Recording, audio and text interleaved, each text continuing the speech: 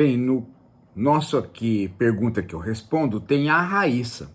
A Raíssa, a Raíssa Oliveira, ela faz as perguntas sobre pós-verdade. Veja só a pergunta dela. Professor, eu gostaria do aprofundamento a respeito da pós-verdade, porque eu li na internet, eu fiquei cismada, que na pós-verdade as opiniões estão se sobrepondo aos fatos. Não importa mais o fato, e sim a verdade de cada um. Isso não é estarrecedor? Como dialogar desta forma?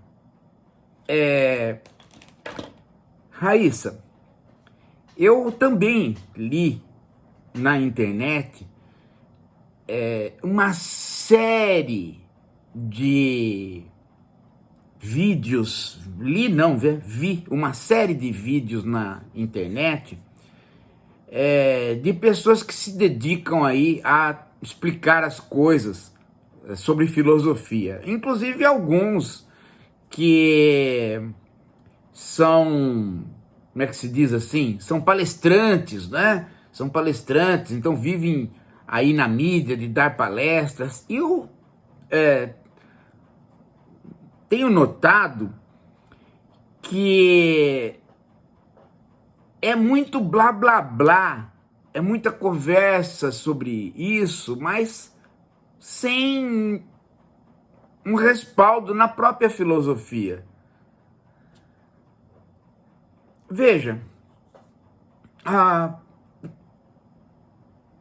história, o termo pós-verdade, ele é um termo contemporâneo, mas quando as pessoas vão falar, elas falam de coisas corriqueiras do senso comum que não acrescenta muito, como, por exemplo, isso que você leu. Estamos sem mais dar atenção aos fatos e cada um tem a sua verdade, a sua opinião. Então, a pós-verdade seria uma completa relativização, né, de enunciados. Há 20, 30 anos, 40 anos, isso já se falou que era o pós-moderno. Né? Há 500 anos, Descartes disse que isso era o ceticismo. E há 25 séculos, isso já se disse que era a sofística, o trabalho dos sofistas. Então, às vezes a pessoa sem a dimensão mínima de história da filosofia vai falar e acha que está abafando com novidade, né? O problema é o que é que nós estamos tratando por fatos e o que é que nós estamos tratando por verdade. Se não se define o que é que se está falando quando usa a palavra fato e quando usa a palavra verdade, nós não podemos circunscrever o tema. O tema percorre toda a história da filosofia. E eu já vi vários desses palestrantes aí falando e não circunscreve. Então, um dos problemas com a palavra fato,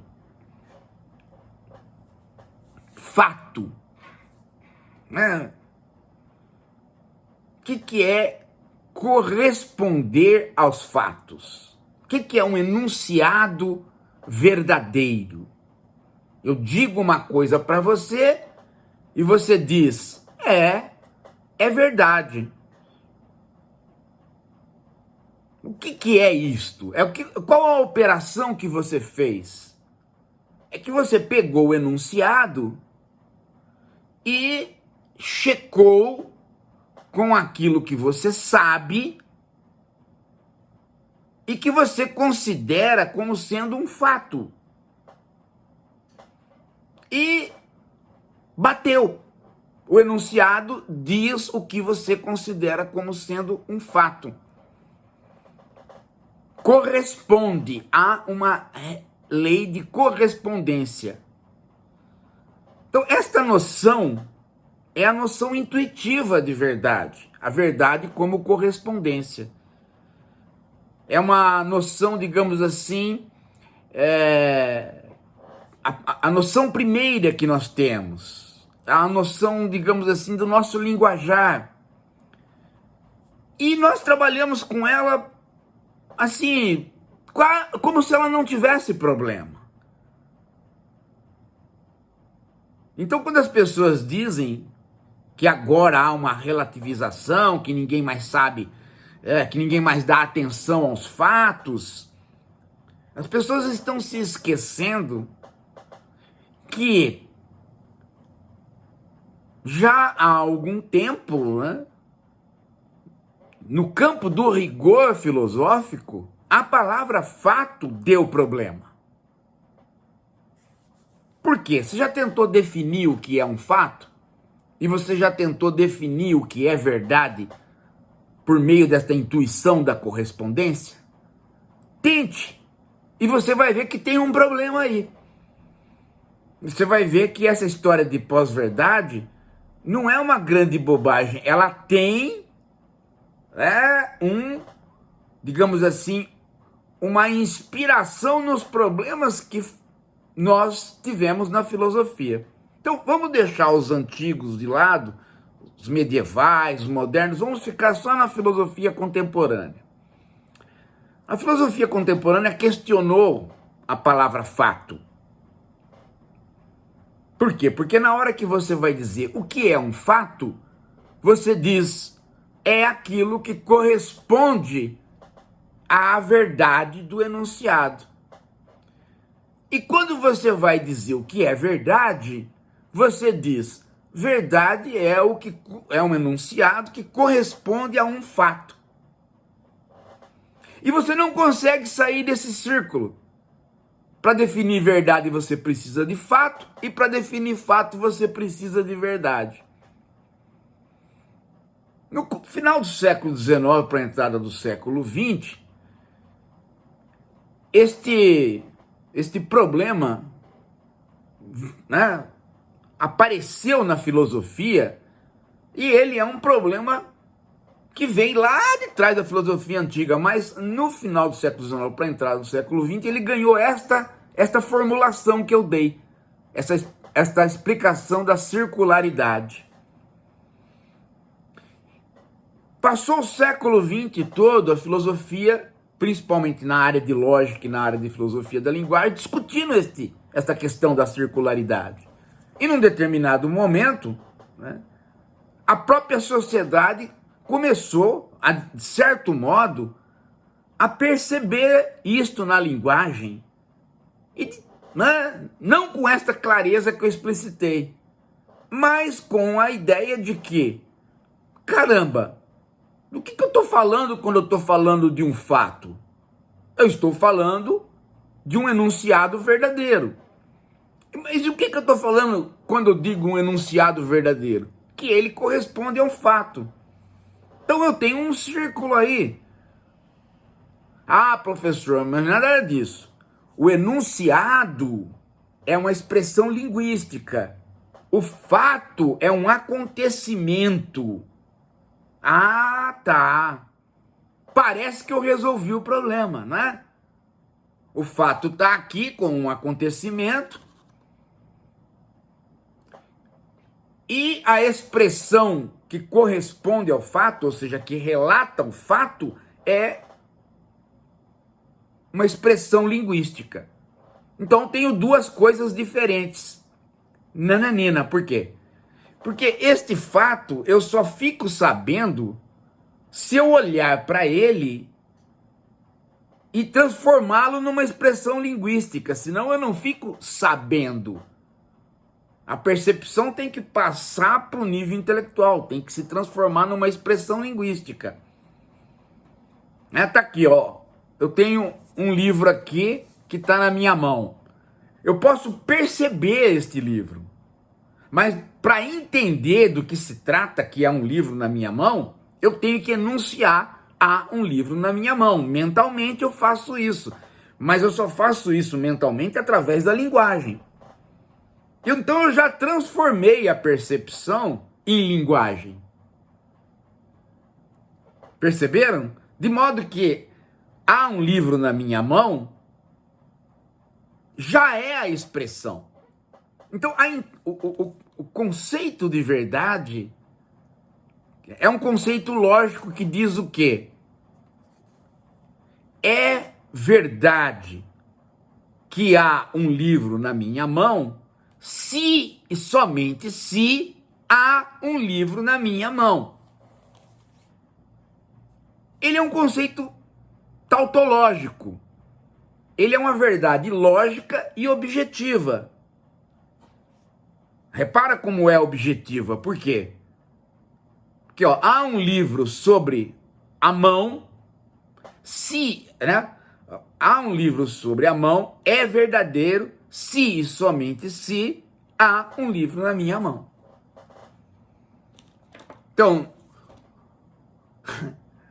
dos dois lados eu tenho a expressão linguística, separados pelo si e somente si. Só que de um lado eu considero que não há uma expressão linguística, que é uma pura percepção. E do outro lado é que há a expressão linguística. Então a teoria da correspondência, ela implica nesse fazer de conta.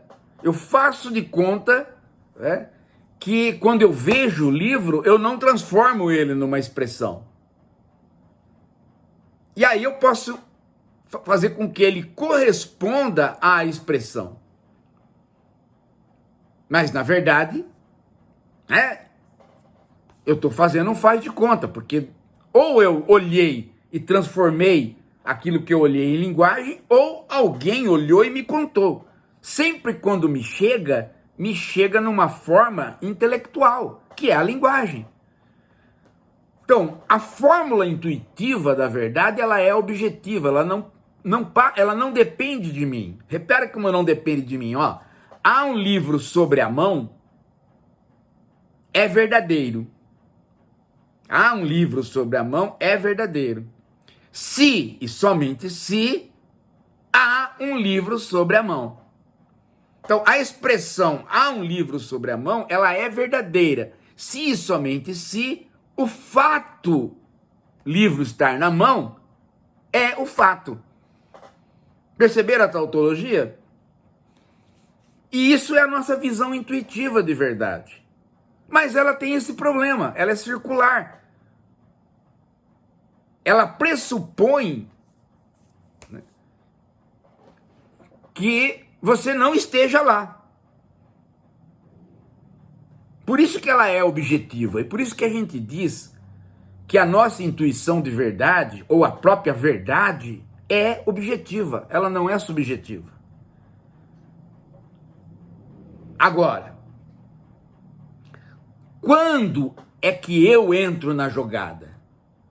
É quando, ao invés de eu falar, há um livro na mão, é verdadeiro, se e somente se há um livro na mão, eu troco e digo, eu sei que há um livro na mão.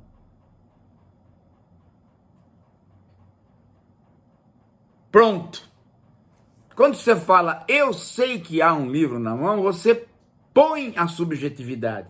Você se põe como alguém que percebeu algo e traduziu como livro na mão. Então, aí entra a participação do sujeito. Aí o enunciado passa a ser subjetivo. Então, a verdade é objetiva, mas o enunciado sobre o conhecimento, a partir do eu sei, aí é subjetivo.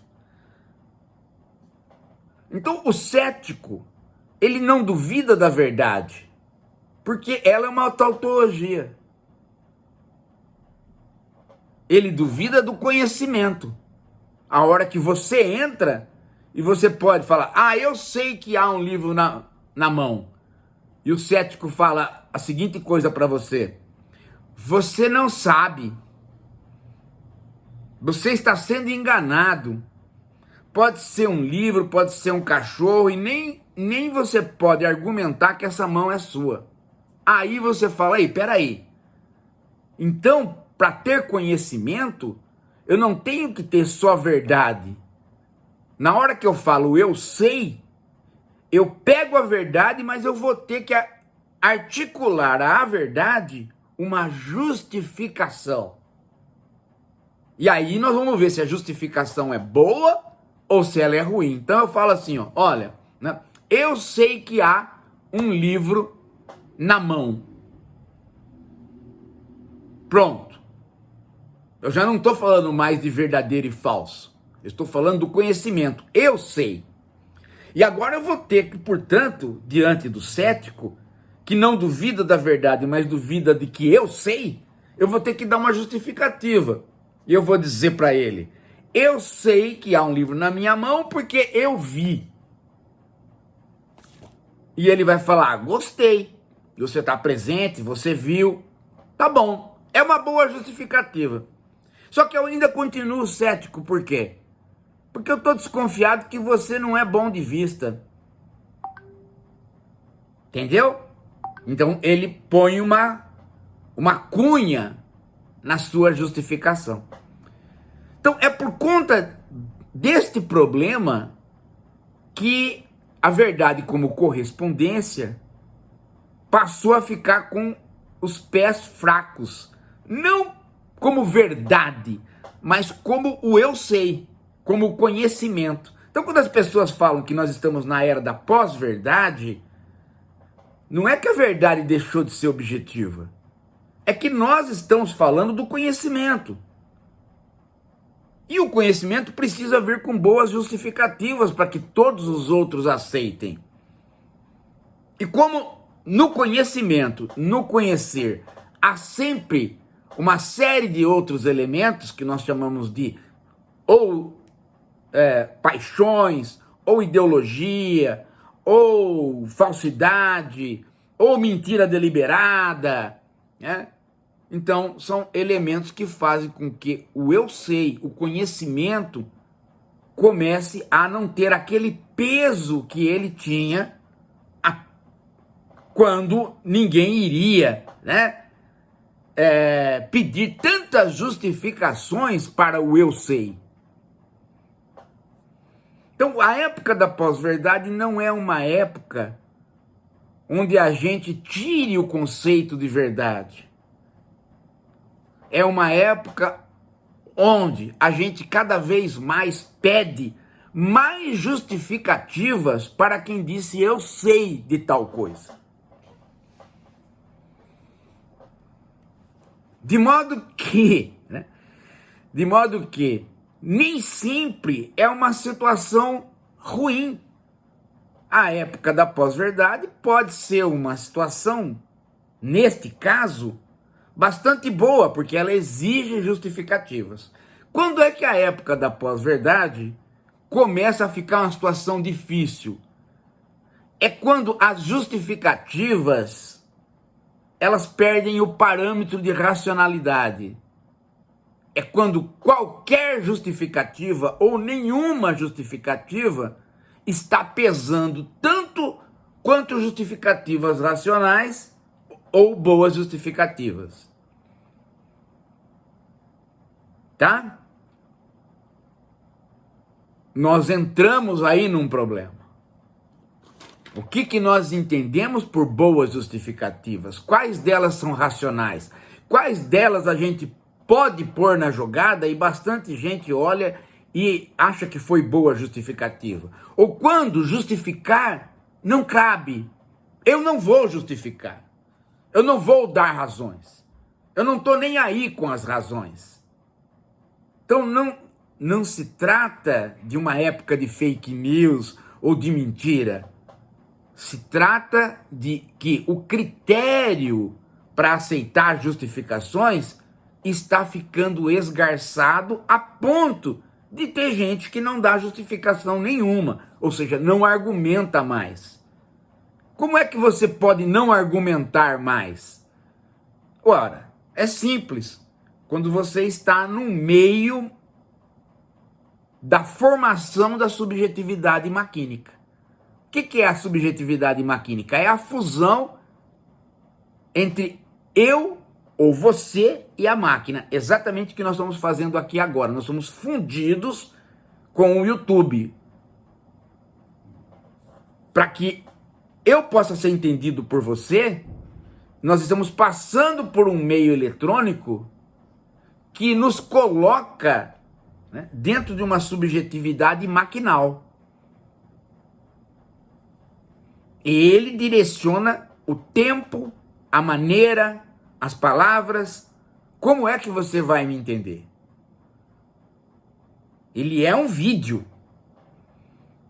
Então eu estou dentro dele,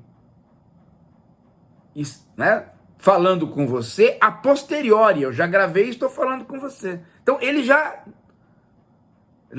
compactou a minha fala e deu uma forma de vídeo para ela. E ao fazer isso, ele formou uma subjetividade que não é a do homem, é uma subjetividade do homem junto com a máquina, é uma subjetividade maquínica. E cada vez mais essa subjetividade maquínica vai sendo a subjetividade do nosso tempo. E na subjetividade do nosso tempo, como é que são as justificativas? Eu falo aqui, mas qual a justificativa última para que o vídeo chegue até você? O like. O like, as pessoas gostarem ou não gostarem e a plataforma pôr ou não pôr esta minha fala na sua frente.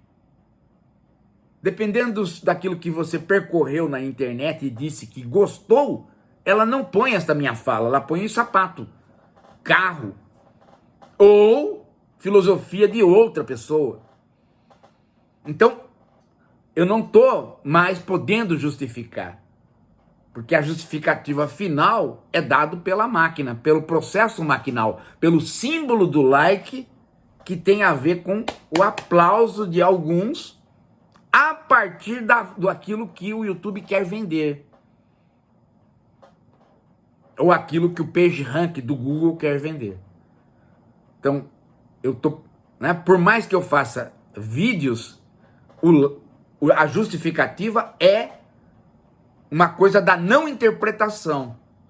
É apenas alguma coisa da comercialização. Então sai a semântica, que é o campo da compreensão, e ela fica subalternizada à semiótica, que é o campo da simbologia. Quantos likes? Tantos. Vendável. Se é vendável, então mais like. Se vendeu para várias companhias, então mais like. Então mais gente vai ver porque o próprio algoritmo põe o vídeo para mais gente ver. É por isso que excelentes justificativas no vídeo não são justificativas. Elas estão sujeitas à não justificativa da forma como o YouTube expõe ou não expõe os vídeos. É por isso que a gente diz, nesse livro, O Semiocapitalismo e no Subjetividade Maquínica, que a gente diz, né, que isso que nós chamamos de regime de pós-verdade é uma inflação de semiótica em detrimento de semântica. É uma inflação de símbolos que movem símbolos maquinalmente em detrimento da ideia de significado que precisa ser interpretado por outros significados. Então, o semiocapitalismo é exatamente isso. E a subjetividade maquínica é a subjetividade da época do semiocapitalismo. Bem, explicado tá. Agora precisa pegar os 2 livros para estudar e, né, e ir remoendo isso. Acho que agora sim, Raíssa, você tem aí, né, alguma coisa de menos blá blá blá do que aquilo que a gente escuta sobre pós-verdade. É isso. Prega o pau, estuda aí, gente. Daqui a pouco a gente volta.